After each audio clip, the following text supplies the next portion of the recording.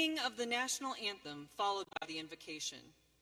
Honors have been deferred to the Commander, United States Space Command. Everything they need to successfully carry out this new mission. With the bald eagle, a traditional symbol of American strength and vigilance. In my view, it's not an overstatement to say that we're at another Sputnik moment.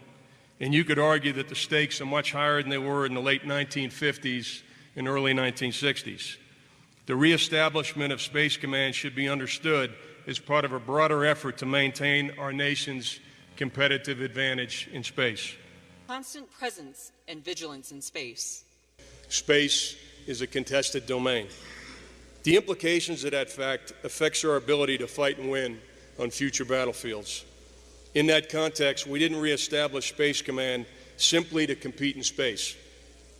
We formed this command as a foundational element of more effective joint warfighting.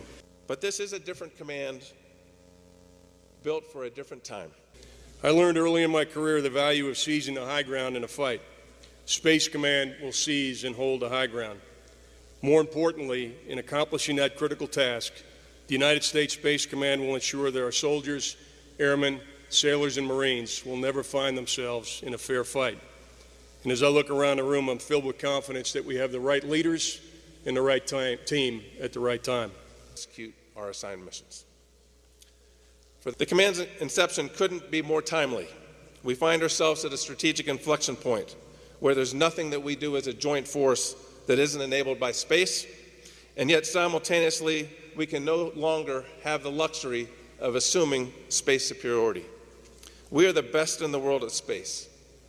And last Thursday, with the establishment of U.S. Space Command, we're even better, because now we have a command with a singular focus on space superiority.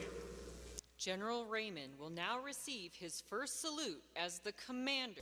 Let me be very clear. Although space is clearly a warfighting domain, we do not want to fight a fight that extends into space. We seek to deter that conflict. And the best way I know how to do that is to do that from a position of strength.